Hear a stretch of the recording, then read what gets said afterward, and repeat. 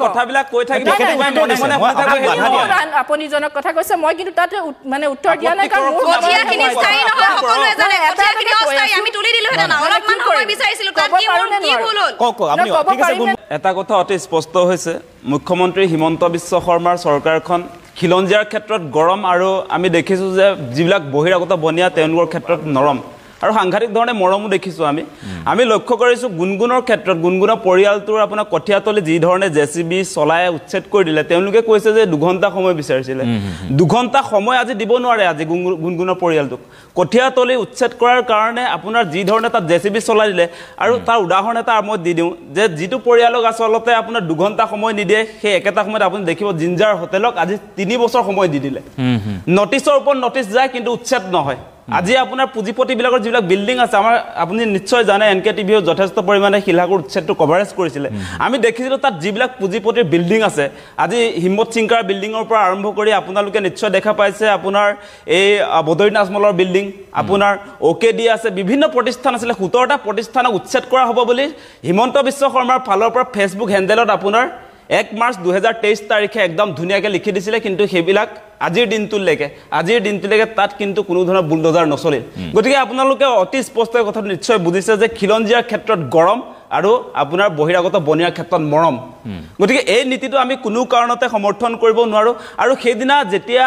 সামাজিক মাধ্যমত গুণগুণে আপোনাৰ কঠিয়াতলি উচ্ছেদ কৰাৰ যিটো আপোনাৰ তেওঁ ফেচবুক মাধ্যমৰ জৰিয়তে যিটো আপোনাৰ পাব্লিক কৰিছিলে সেই দেখি আচলতে আমাৰ হৃদয় আচলতে সঁচাসঁচিকে তছনছ হৈ গৈছিলে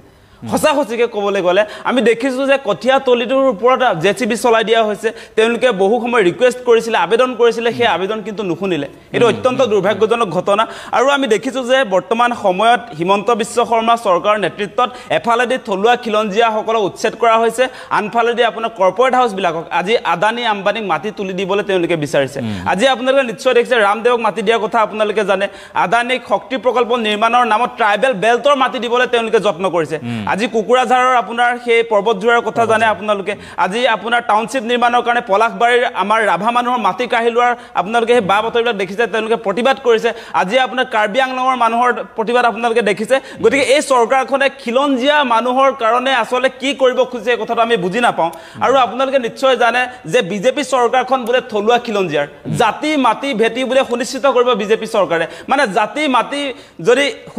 সুনিশ্চিত কৰে তেনেহ'লে আজি গুণগুণৰ পৰিয়ালটোৰ নিচিনাকৈ আমি দেখিছো যে ফুকনহাটত মোৰ নিজৰ ঘৰ আচলতে পানীগাঁৱত মই সেই অঞ্চলৰে দীৰ্ঘ সময় তাতে আছিলো বৰ্তমান সময়ত যদিও গুৱাহাটীত সেটেল হৈছো মানে সেই অঞ্চলটোত সৰুৰে পৰা ডাঙৰ হৈছো আৰু আমাৰ নিজৰ ওচৰৰে এটা জেগা তাতে দীৰ্ঘ সময়ৰ পৰা আচলতে তাত মানুহবিলাকে বসবাস কৰি আছিলে গ্ৰেজিং লেণ্ড আছিলে আৰু গ্ৰেজিং লেণ্ডত সময় বিচাৰিছিলে খন্তেক সময়ৰ কাৰণে তেওঁলোকে অস্বীকাৰ কৰা নাই উচ্ছেদটো হওক বুলি কৈ তেওঁলোকে চৰকাৰী ভূমিত বসবাস কৰি আছে বা চৰকাৰী ভূমিত আপোনাৰ কঠীয়া সিঁচিছে বা কোনোবাই আপোনাৰ নেমুবাৰী পাতিছিলে বা কোনোবাই তামোল গছ ৰোপণ কৰিছিলে তেওঁলোকে সময় বিচাৰিছিলে কিন্তু সময় কাকো দিয়া নহল আৰু আনহাতে আপোনালোকে নিশ্চয় দেখে মই উদাহৰণ দিছো জিঞ্জাৰ হোটেলক কিন্তু 3 বছৰ সময় দিলে সেই বৈষম্যটো কোনো কাৰণতে সহ্য কৰা নহয় সেই কথাটো আমি স্পষ্ট কৰিছো মই আকৌ আহিম এটা